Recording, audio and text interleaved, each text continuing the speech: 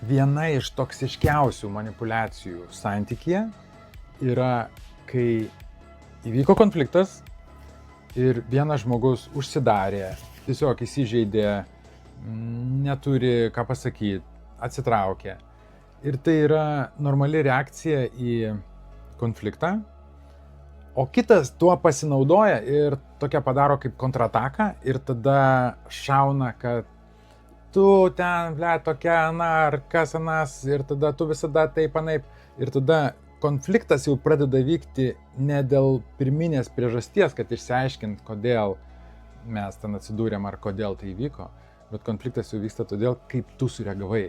Ar kaip tu turėjai sureaguoti, ar kaip tu nesureagavai, o kita ar tavo tokia būtum, tai lyginimas su kitais ir taip toliau, ir čia yra manipuliacija.